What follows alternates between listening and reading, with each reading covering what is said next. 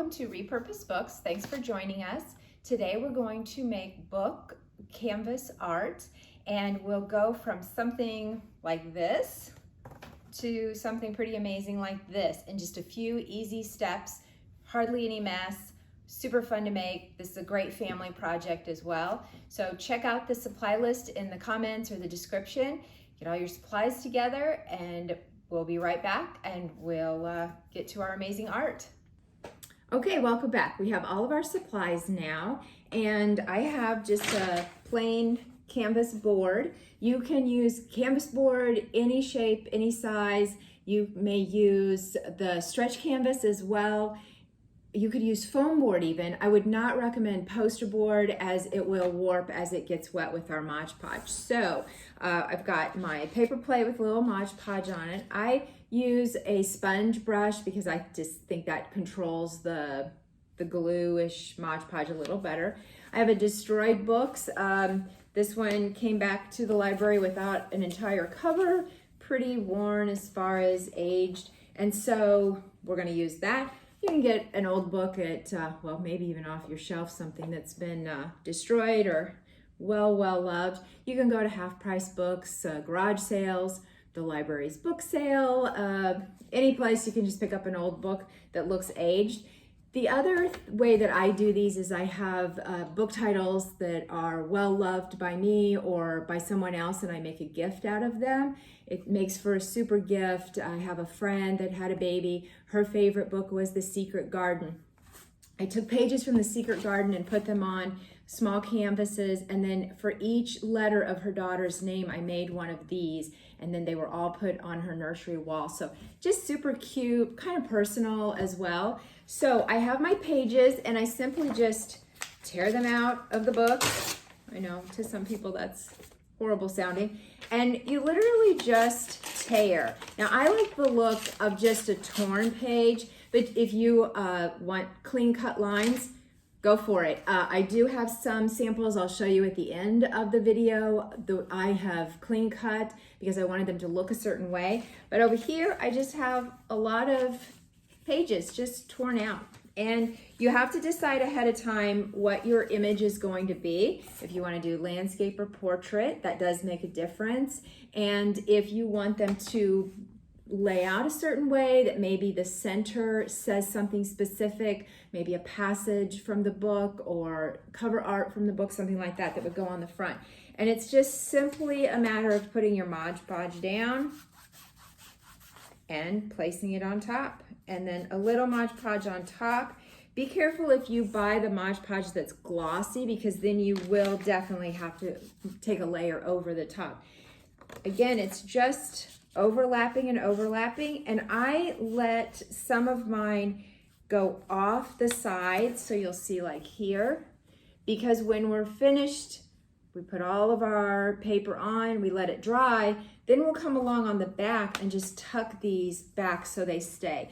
You can also trim them if you like, but I like the look of the rolled over. And if you're using a stretch canvas, you'll definitely need a little bit of space here to roll those over. A board, not so much. I cover the entire space, and it gets a little messy, and that's okay. It gets a little bumpy, and that's okay. When you have an air pocket, just take your finger and go over and it'll flatten it right out. Not a big deal. I've even had one of these where I started off portrait, changed my mind. I just pulled them all off. They came off pretty easy and just went the other way with landscape. What else do I need to tell you? I think that's it for this step. So just have fun tearing out your pieces, gluing them down, and then once the front is dry, you'll turn it over, tuck those pieces in. Another option with this is to darken your pages. Maybe the air or the elements haven't stained your pages as quite as dark as you would like them. Couple tricks to that. You can literally tear your pages out and soak them in tea. So I at home would put maybe 3 or 4 tea bags to some boiling water, let it cool off completely, put it in the kitchen sink, and then just soak my pages for a minute or two. You don't want to leave them in there too long because the paper will disintegrate, obviously. I've even gone as long as putting them in for a minute or two, letting them dry completely, and putting them back in for a minute or two, just playing with the color and see. It's just tea, it's just your pages, and you more than likely have plenty to play around with here. I'll show you at the end some of them that I've definitely stained longer than others.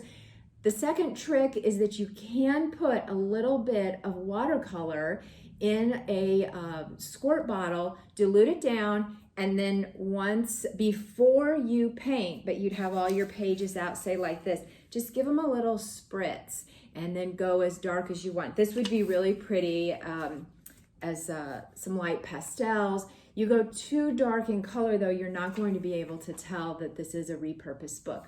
So now we have created our first part, and we end up with this. Now is when you have to make a decision, or you've already made that decision, of what you're going to do with this past this point.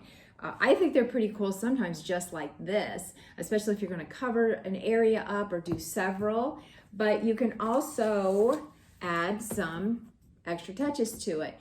Now this is just a print I got offline and printed it in black and white and cut it out, and then I just Mod Podged it straight to this.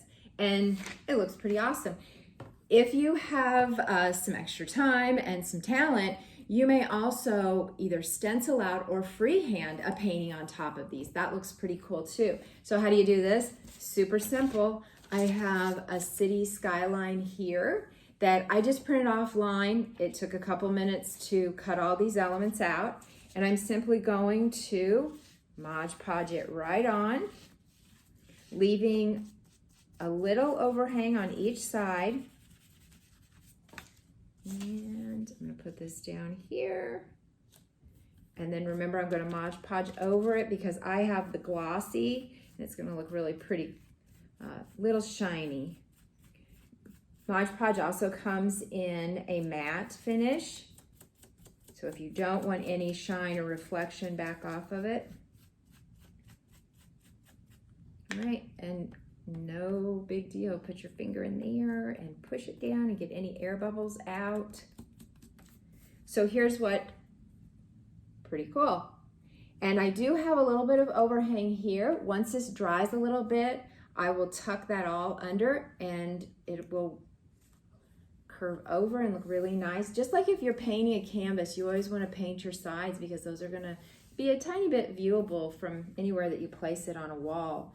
So there's that one. And I did consciously pick to do a landscape. So my book words go landscape mode. I will show you a couple of items that I've created in the past. This might not all fit. This goes in my office at home, and I did stain this one a little bit, and I painted these words on here. This is a quote from The Secret Garden, kind of fitting in these times. Hang in there. It is astonishing how short a time it can take for very wonderful things to happen. And I like The Secret Garden book as well. And then another that I made that's even a darker tea stain is this one. And this is an example of not tearing the pages, but putting them on very nicely. This was an anthology from a professor from my undergrad work, and I came across it at Half Price Books. I never wanted to destroy my own personal copy. I have so much respect for this professor. And so here I made sure to leave the his name and the cover page to the book, and then chapter 1 as well to Pride and Prejudice. So just, you can, there's so many options, so many fun things you can do with these. Again, just fun little artwork, wall art, something that's very meaningful like the ones I've done, a gift. I think they're awesome for gifts. I've made several of these as baby gifts. And also wanted to let you know that we do have a book in the library called the Repurposed Library. Thousands of awesome ideas in here. And thank you for joining us, and we'll see you next time.